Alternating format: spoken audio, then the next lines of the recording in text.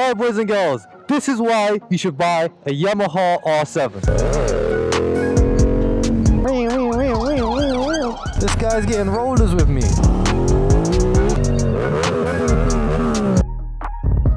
Alright, so if you're new to the channel, I have owned this R7 for 3 years now.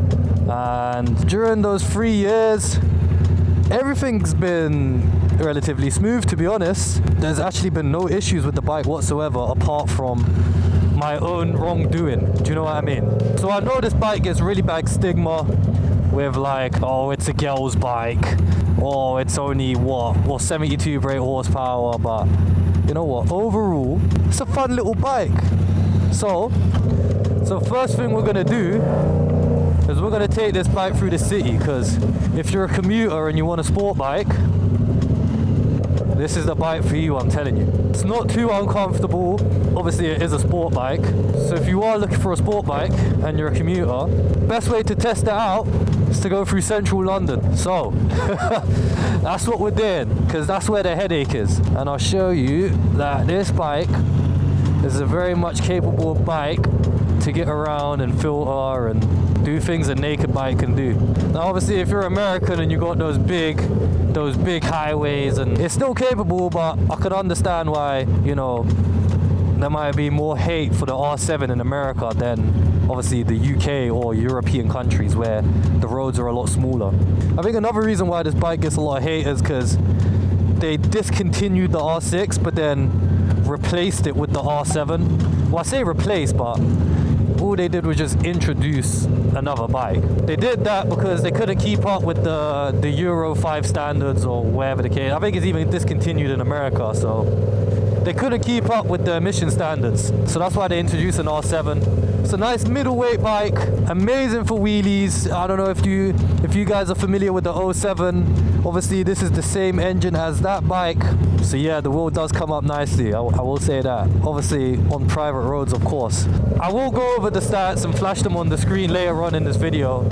I feel like everyone's pretty familiar with the stats by now, but I know there's a lot of new bikers coming to the scene where, especially in the UK where, ooh, little stoppy maybe. But yeah, there's new bikers coming to the scene. You guys might not be so familiar with the R7 and how it performs and if you should get it or not, especially if you're on an A2 license. And me personally, I would say this is the best A2 bike you can get. Now my friend helping me record this as well, he's on a 660, Aprilia 660 RS. I'm actually gonna ride that today. I wanna ride the bike today. Oh, this feels heavy. Oh, this rear brake is shit. Yeah, so riding this bike now, this feels weird. Oh, it feels like a naked bike. Oh yeah, like, you know what, let me try and give my honest thoughts, because, you know, I don't want to be biased. It's got quick shifter, right? Yeah. The brakes are spongy, they need to be changed. The rear brake feels like it needs to be changed. There's no rear brake. I don't know if my high beams are on or not. I don't know this bike. Oh, the brakes, okay. I can't give my honest thoughts on the brakes because they feel like they need to be changed.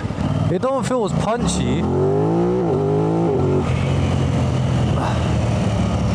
Maybe it's the exhaust why I don't like it. Oh, I don't know, it feels like a naked bike. It don't even feel that, like, it don't feel like that responsive. The steering feels heavy. Like, this feels heavy. I'll be honest, this don't feel light like how it does on the R7. Yeah, I don't know what I think of this bike. I thought I would jump on it and I'd be like, wow, this is a decent bike, but the steering feels heavy. It doesn't feel like the wheel, but and it doesn't feel like the front wheel and the rear wheel are as separated as the R7, where this one, it feels like everything's quite close to you. I don't know if that makes sense. It feels like you're very inside the bike as well, rather than on top of it. More than the R7 anyways. Like, it feels like I'm more inside the bike than I am on top of it. Whereas the R7, you feel like you're really on top of the bike. The throttle feels quite like tweaky, you know? Okay, so I feel like on this bike, the power band is a lot higher as well. Like you gotta get it like 7K or so, because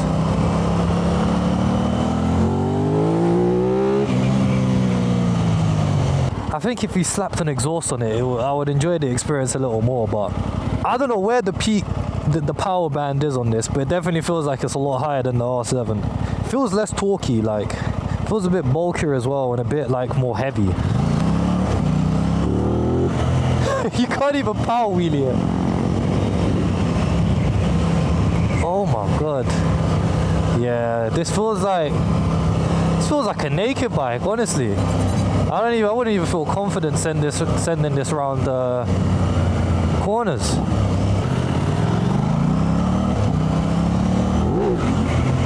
He's put wheelie control on. He told me he took it off. I don't know how I feel about this bike, but I definitely still prefer the R7, 100%. I still think this is the best bike, the best A2 bike you can buy if you're looking for a sport bike. I know the Aprilia costs like 11 grand, 11.5, 12. Do you really want to pay that much money for a midweight bike? It has cruise control, it has nice electronics, it's Italian, and then it's gonna break next week. So it's like, do you know what I mean? What are you looking for? If you are familiar with my channel, you would notice that my bike color has changed a few times. Originally it was black, like the OEM black.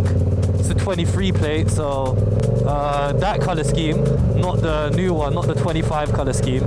Then I changed it to grey, and then I changed it to a different grey, and then I changed it to like a glitter, not glitter, but like a sparkly black, and now it's blue. And me personally, I think the blue's the best. I think the blue's been the best. It hits in the summer, it's looking lovely, very good, very nice. But yeah, let me know what you guys think about the colors. Obviously they'll be flashed on screen so you can see them. I still think the blue is hitting the best. But obviously we'll get a nice little sound check of the bike as well, so you guys can see how it sounds. Obviously when we look at the front of the bike as well, it just looks mean. What other bike looks like this? Only Yamaha can make a bike like this, honestly. Why is there so many?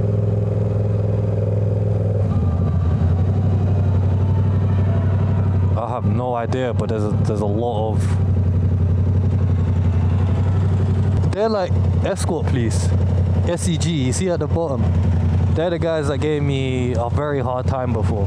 See, we have Big Ben here as well. What a beautiful landmark. Wait, why does it say it's 12 o'clock? I think it's broken now. It's saying 12 o'clock. I forgot what this landmark is, but there's some horses here, I guess. If my friend wants to cut to the left a bit, I'll be able to show you that you can fit through nice little tight gaps. Because it's a sport bike, no problem. There we go. This bicycle just cut me up nicely. Obviously as well, guys, the new UK OTM gloves just dropped for pre-order. I think the time this video goes out, you would have been too late, but you know, probably in the future there'll be another drop if you missed out on this one. So make sure you go check out ukonthemap.com. 3 years of ownership. I think I've crashed twice. One time in my own ride out because, you know, I was very stressed that day. And the other time being at a wheelie strip when I was learning the rear brake, and my stupid ass decided to learn rear brake with knee knockers instead of sit downs, and I eventually just fell off the bike. So yeah, only minor damage was done, mainly like cosmetic, so happy days, but it could have been way worse. So actually the right handlebar clip-on broke, so that's why I have these aftermarket clip-ons on now. I think they look better, they feel better as well, and they're black, which makes things 11 times better. The silver ones had to go. Yo, that guy is a fucking giant. He's like 7 foot. No, in front. Oh, that's an undie, bro, in front of you, behind you. That's an undie, but that's a police behind you, yeah? The car behind you is police. I'm doing 20 miles an hour now. Oh, I got stuck at the red light.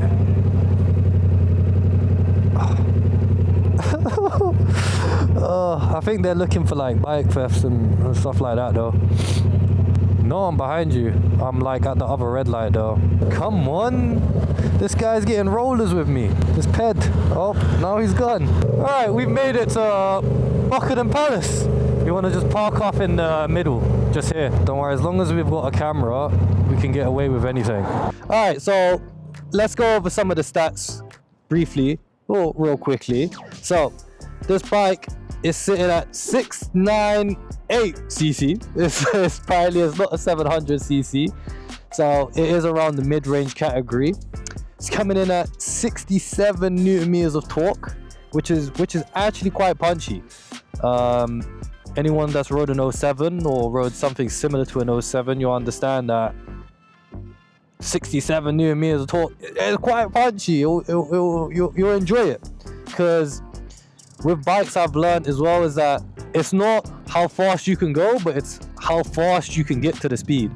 I think that's what makes it fun, you know. And then when you get into stunting, obviously in a safe environment, in a safe spot, a nice private road, you're like, oh, this is actually more fun than just sending it on the highway or the motorway, you know.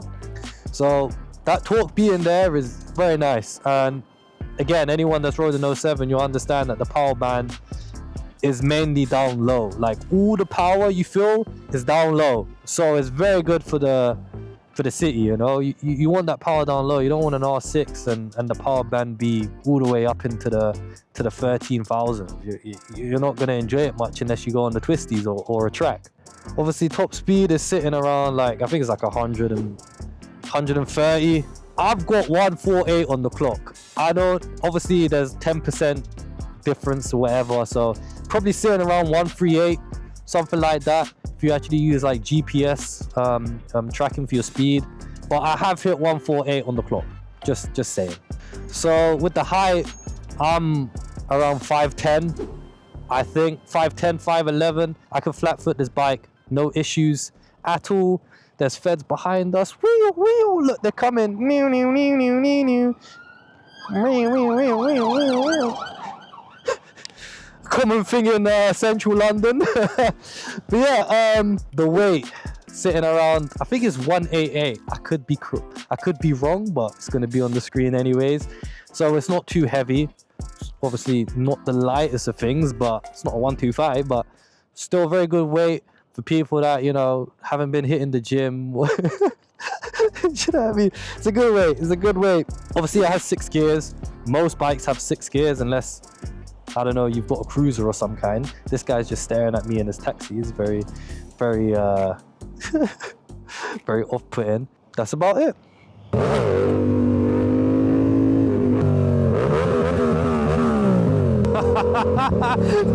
Yo, did you see those Chinese people, bro? Their faces drop so much. Okay. Oh, my turn.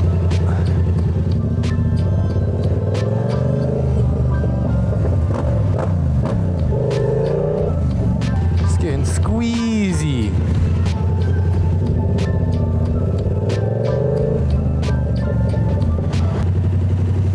Fucking hell. This car is like edging forward so much for what? No, the car is like moving. Why? She needs to chill out. Bruv, what is this? What are people on?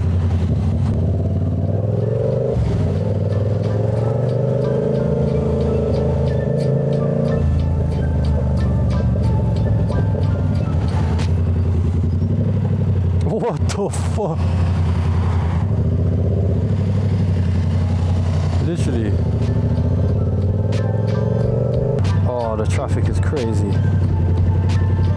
Alright boys, so long distance traveling on this thing. I've been to Cheddar Gorge once, I've been to Wales twice. The first time I went, I stayed there for I think 3 nights. So I went all the way from South Wales to North Wales and just roaming around Wales. And then the second time I went, I stayed there for 1 night and basically just went to roaming around South Wales. I'd be lying if I said it was the most comfortable thing. It's obviously not. You're more leant over the bars, so a lot of the time you got to ride like, you know, like this. Yeah, so I'd be lying if I told you long distance journeys are, you know, the most comfortable. But, you know, it's not too bad. You end up just having to ride like this a lot of the time. I will say though, not having cruise control, it's a bit of a, you know, it's not the best. But yeah, overall it wasn't too bad. Obviously I'm quite young as well. I know when I speak to a lot of older people, they're like, you did what? You took your R7 all the way there? I'm like, yeah, it was alright. I mean, if you got back problems, I don't think I'd recommend you get this bike. Even after I got there, my back was hurting a little bit, but nothing to be, you know, concerned about. Just more like an achy feel. I will say as well, because it's a sport bike, feels a lot better with the wind. So when I went to Wales, a lot of people had naked bikes, first time and the second time, and they were always complaining about their necks feeling like it was going to snap off because the wind was just putting so much pressure on their helmet. You've got to firm the absolute treacherous wind speeds at, you know, because obviously you're going to be doing what, 70, 80 on the motorway. So you better go head to the gym, make sure, you know, you do your neck exercises and shit. What I'll say as well, obviously I've got an aftermarket exhaust on it. So earplugs is an absolute necessity. Like, you can't do long distance journeys on this thing and not wear earplugs. I remember doing it once. I traveled like an hour and a half without earplugs, doing 80, 90. Oh my days, when I tell you my head was throbbing and I couldn't hear anything when I took off my helmet. Also, I have a race helmet, so it definitely did not help. It's a full carbon helmet, which, you know, lets all the noise in. Doesn't do anything.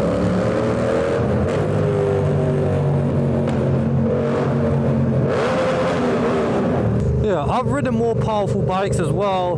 Bikes like S1Ks, Tracer 9s, 790 Dukes, MT09s. So for me, I've experienced. Fucking hell. An ambulance. For me, I've experienced fast bikes, so I know what that's like, and I would say sometimes it can be a little too much, especially if you live in a very busy, congested city like London, or you got Paris, or do you know what I mean? These roads are not huge, and there's too many cars, there's too many things going on, the roads are not that big. So you need like a middle ground, and I feel like that's where this bike comes in. You know, if you're in America, cool, like maybe you might want to get something a bit faster and go chase a wheelie at 120 miles an hour on an S1K. But for people like me that are in the city, you know, you gotta be quick, nimble, lift up the wheel here and there, obviously on safe roads, safe environments, private roads, then yeah, that's what we need, you know? Like now,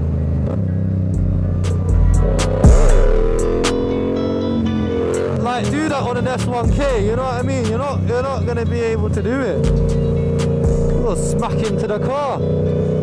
It's even me, like I'm looking to upgrade now as well. Like I've had this baby for 3 years.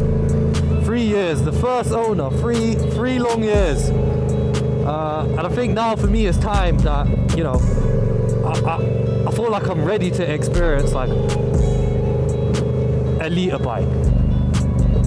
But I don't want to get rid of this just because of how good of a bike it is. Like you see all the hate online and whatever, but it's a very good bike, especially if you live in London.